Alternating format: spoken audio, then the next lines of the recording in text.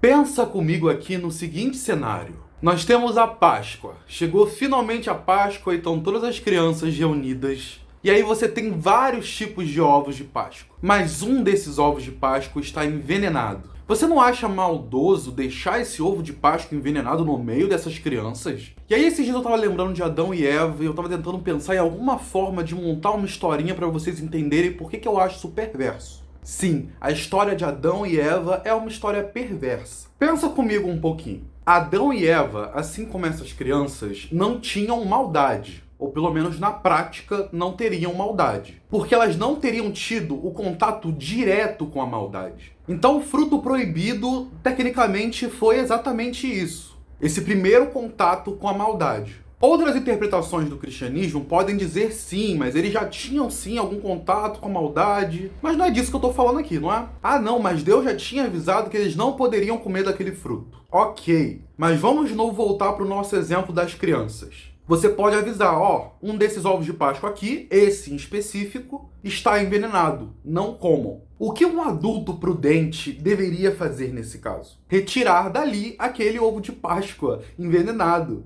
Exatamente para que uma criança não morra. E é aqui que a gente começa mais uma das perversidades do Deus cristão. Se eu estou pagando pelos pecados de Adão e Eva, pelas escolhas de Adão e Eva em relação ao fruto proibido, então eu quero saber o que aquele fruto estava fazendo ali. Nós temos os filhos de Deus, essas figuras que não tinham tido esse contato com a maldade. Ah, mas eles receberam o alerta. Sim, mas pensa comigo, qual é a chance de uma criança comer esse ovo de Páscoa envenenado que eu citei? A chance é grande, porque é um ovo de Páscoa, assim como o fruto deles. Ao que parece, o que eles tinham ali para comer eram frutos. Por mais que você avise que um desses frutos não é para comer, a culpa não é deles. Vou tentar montar um outro exemplo aqui para ver se fica fixado. Sabe aqueles aquários em que as pessoas colocam formigas e criam? A sua relação com aquelas formigas é basicamente uma relação Deus-criatura. Olha o seu tamanho e olha o tamanho daquelas formigas. Se existe um propósito do qual você tem aquelas formigas,